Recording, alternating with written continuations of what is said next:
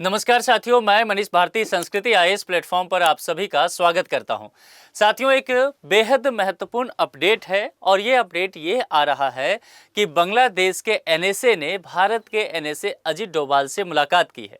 अब इस मुलाकात के बाद ये कयास लगाए जा रहे हैं कि जिस तरह से बांग्लादेश के कोर्ट ने पूर्व प्रधानमंत्री शेख हसीना को फांसी की सजा सुनाई है, तो क्या उनके प्रत्यार्पण पर इन सब चीज़ों को लेकर के दोनों एनएसए के बीच कुछ बात हुआ है, क्या कुछ डील हो गया है? क्योंकि आप जानते हैं कि पूर्व से ही बांग्लादेश की जो अंतरिम सरकार है, मोहम्मद यूनुस की अगुवाई में चल रही है, उनके द्वारा लगातार ही शेख हसीना के प्रत्यार्पण की बातें की जाती रही है और ये मामला अंतर्राष्ट्रीय अदालत में भी पहुंचा हुआ है और राजनीतिक तौर पर भारत ने शेख हसीना को शरण दे रखा है। तो निश्चित तौर पर यह अपने आप में एक बहुत ही जटिल प्रक्रिया हो गया है और इसका सीधा असर भारत और बांग्लादेश के रिश्तों पर भी पड़ता हुआ नजर आ रहा है। अभी क्या कुछ हुआ है, जरा आएंगे उस पर चर्चा करेंगे, विस्तार से समझेंगे। उससे पहले आपके लिए एक सूचना है, संस्कृति आईएएस के द्वारा मिड नवंबर ऑफर दिया जा रहा है जिसकी वैलिडिटी 21 नवंबर तक रहने वाली है। आईएएस जीएस फाउंडेशन बैच की चर्चा करें तो प्रीलिम्स और मेंस दोनों ही कोर्स इसके अंतर्गत आपको देखने को मिलेगा। हिंदी माध्यम की अगर आप देखेंगे तो आपको ये 50,000 में उपलब्ध होगा और इंग्लिश मीडियम का देखेंगे तो वह केवल और केवल 25,000 में अभी कोर्स आपको इस ऑफर में देखने को मिल जाएगा। मोड क्या होगा? लाइव, ऑनलाइन, और यहां पर संपर्क सूत्र दिया गया है, कॉन्टैक्ट नंबर और वेबसाइट। इस पर विजिट करके आप अधिक जानकारी लीजिए, सही से चीजों को समझिए और फिर ध्यान रखना है कि 21 नवंबर से पहले आपको नामांकन ले लेना है ताकि आपको इसका लाभ मिल सके। अब क्या हुआ है, हम सब जैसा कि जानते हैं कि भारत और बांग्लादेश के रिश्तों में पिछले 1-1.5 साल से काफी तनाव देखने को मिला है और इसकी सब वजह अगर देखा जाए तो एक तो जिस तरह से वहां पर प्रदर्शन हुआ, शेख हसीना भारत आ गई और फिर वहां पर अंतरिम सरकार में मोहम्मद यूनुस आए और उनका भारत विरोधी कदम अचानक से बहुत तीव्र हुआ, पाकिस्तान और चीन के करीब जाते रहे। इस वजह से दोनों देशों के रिश्तों में तलखी आ गया। अब इसी बात को लेकर के ये कहा जाता रहा कि दोनों देश जो अंतर्राष्ट्रीय संबंध में अलग धुरी को पकड़ चुके हैं, लेकिन पिछले दिनों देखने को मिला दोनों देशों के जो यहां पर अगर कहा जाए एनएसए, नेशनल सिक्योरिटी एडवाइजर, वो आपस में मिलते हुए नजर आ रहे हैं। अब इसमें क्या क्या अपडेट हुआ है जरा समझिए। बांग्लादेश की ओर से पूर्व पीएम शेख हसीना के प्रत्यार्पण की मांग फिर से किए जाने के बीच वहां के राष्ट्रीय सुरक्षा सलाहकार डॉक्टर खलीलुर रहमान इन दिनों दिल्ली में हैं। दिल्ली में क्यों है, इस बात को समझिए। 7वें कोलंबो सिक्योरिटी कॉन्क्लेव दिल्ली में चल रहा है और इसी सिलसिले में रहमान अपनी टीम के साथ दिल्ली आए हैं और वहीं भारत के राष्ट्रीय सुरक्षा सलाहकार अजित डोभाल के साथ उन्होंने मुलाकात भी की है। दिल्ली में बांग्लादेश हाई कमीशन की ओर से जारी किया गया एक आधिकारिक बयान है और उस आधिकारिक बयान के मुताबिक ये कहा गया है कि दोनों पक्षों के बीच कॉन्क्लेव के अलावा मुख्य द्विपक्षीय मुद्दों पर भी बातें हुई है। अब बातें क्या हुआ है वो समय के साथ देखा जाएगा, लेकिन जिस तरह से अभी आप देखेंगे पहले भी प्रत्यार्पण की मांग की जाती रही है।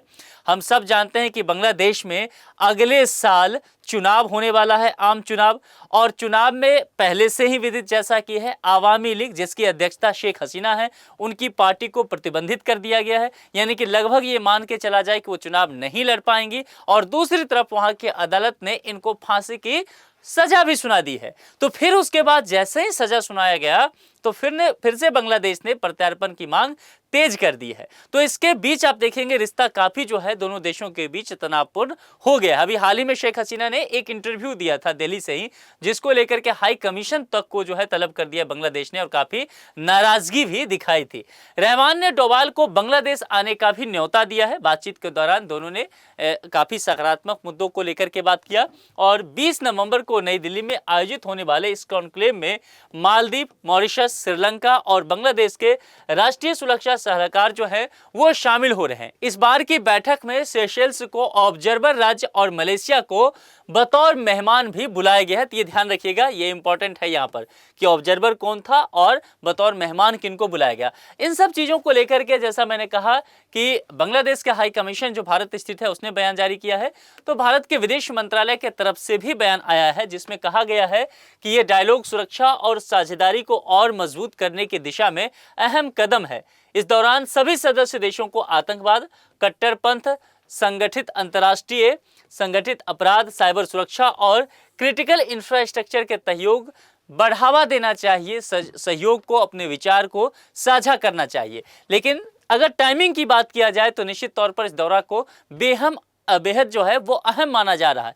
ये यात्रा ऐसे वक्त पर हुआ है जब भारत में रह रही शेख हसीना को लेकर दोनों देशों के बीच जो है रिश्ते काफी खराब होते जा रहे हैं। जैसा कि हम सब जानते हैं कि बीते साल बांग्लादेश में जुलाई में हिंसा हुआ था, उसके बाद ही शेख हसीना को अपना पद छोड़ना पड़ा था और वो भारत आई थी और तब से भारत में ही राजनीतिक तौर पर वो रह रही है शरण के तौर पर। और भारत के होम मिनिस्ट्री ने उनका जो वीजा है वो अनलिमिटेड टाइम के लिए एक्सटेंड कर दिया है, यानी कि फिलहाल वो जितना रहना चाहे वो भारत में रह सकती हैं। अब यही बात जो है बांग्लादेश की जो अंतरिम सरकार है मोहम्मद यूनुस, उनके प्रशासन को पसंद नहीं आ रहा है और वो हसीना की प्रत्यर्पण की मांग लगातार तेज कर रहे हैं। अब बीते सोमवार को ही द्विपक्षीय प्रत्यर्पण संधि का हवाला भी दिया गया, कहा गया कि दोनों के बीच ये संधि है, तो भारत से ये कहा गया कि हसीना और खान कमाल को बांग्लादेश को सौंप दिया जाए। लेकिन ये इतना आसान भी नहीं जान पड़ता है, क्योंकि प्रत्यर्पण हमेशा ही जो है वो एक मुश्किल प्रक्रिया रहा है और खासकर के अगर देखा जाए शेख हसीना के स्थिति में तो आवामी लीग के साथ भारत का संबंध हमेशा बेहतर रहा है। शेख हसीना के जब भी सरकार में रही है भारत के साथ संबंध बेहतर ही रहा है। और दूसरी बात देखा जाए तो चूंकि इनको फांसी की सजा वहां की अदालत ने दे दिया है और उस फैसले पर भी काफी प्रश्न अंतर्राष्ट्रीय स्तर पर उठाए जा रहे हैं, तो निश्चित तौर पर यह सब चीजों को देख करके लगता है कि प्रत्यर्पण करना इतना आसान नहीं होने वाला है। और वह भी तब जब अगले साल आम चुनाव होने वाला है, जनमत संग्रह होने वाला है, तो निश्चित तौर पर इन सब चीजों को देखते हुए संवेदनशील ये मुद्दा हो गया है। और ऐसा अगर चलता रहा, जो कि अभी देखा भी जा रहा है, तो दोनों देशों के रिश्तों में गिरावट भी देखने को मिला है। लेकिन अब ये समय बताएगा कि अगर दोनों के बीच, दोनों जो एनएसए हैं, इनके बीच ये बातचीत हुआ है, बातचीत किस मुद्दों पर हुआ है, और आने वाले समय में लगातार बांग्लादेश जो शेख हसीना के प्रत्यर्पण की मांग कर रहा है, भारत उसमें कहां तक सहमत होता हुआ नजर आ रहा है। तो ये तमाम चीजें जो है उस पर नजर रखने की जरूरत है। और आप लोग इस विषय में क्या सोचते हैं? क्या आपको लगता है कि शेख हसीना की वजह से भारत को बांग्लादेश के साथ अपने रिश्ते खराब नहीं करने चाहिए? भारत सरकार को चाहिए कि शेख हसीना को प्रत्यर्पण कर दे और बांग्लादेश अपनी कानून के हिसाब से जो उसे सजा देना चाहे वो दे? या फिर आपको लगता है कि नहीं, राजनीतिक तौर पर कोई व्यक्ति अगर शरण मांगने आया है, किसी देश का राष्ट्राध्यक्ष है, तो भारत नैतिक आधार पर उनको राजनीतिक शरण देने की बात आगे बढ़ाते रहे? जो भी आपके विचार हैं कमेंट बॉक्स में लिख करके आप जरूर बताएं। यदि अभी तक आपने सब्सक्राइब चैनल को नहीं किया है तो जरूर कर लें। आज के लिए इतना ही। जुड़ने के लिए आप सभी का बहुत बहुत शुक्रिया। Thank you so much.